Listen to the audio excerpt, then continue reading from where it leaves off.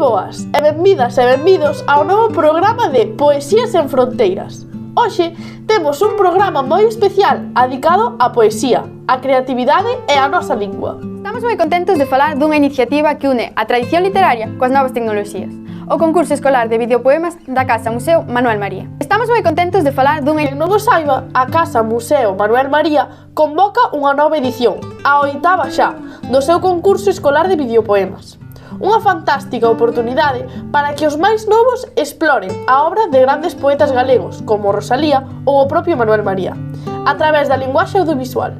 E precisamente hoxe queremos nos centrar nun experimento moi interesante que realizamos en relación a este concurso. É a obra dos seus referentes, Manuel María.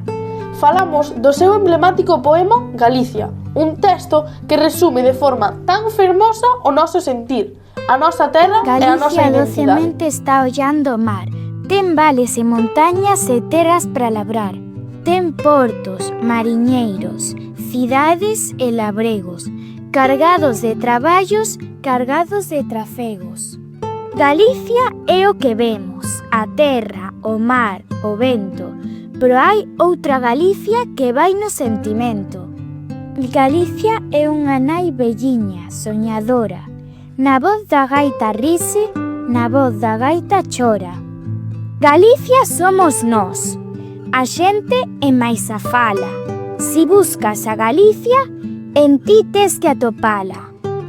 Ofrecen as ferramentas de inteligencia artificial, decidimos ver que pasaría se traducísemos este poema a outras linguas. E que idiomas escolleches? Vamos co castelán, o inglés, a o francés Galícia e o portugués. docemente está olhando o mar.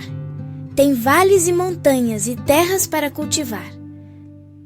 Poderíamos escoitar unha parte do poema, por exemplo, en inglés? Por suposto, aquí temos unha It da has traducción ao fishing inglés. ports, cities and farmers burdened with work, burdened with tasks. La Galice est ce que nous voyons, la terre, la mer, le vent.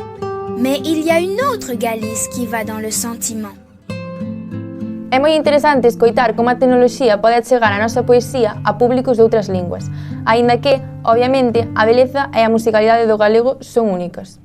Sen dúbida, e este experimento serviunos tamén para reflexionar sobre a importancia da traducción e sobre como as diferentes linguas interpretan e transmiten as emocións. Dende aquí, animamos a todos a participar e descubrir riqueza da poesía galega. Isto foi todo por hoxe no noso programa.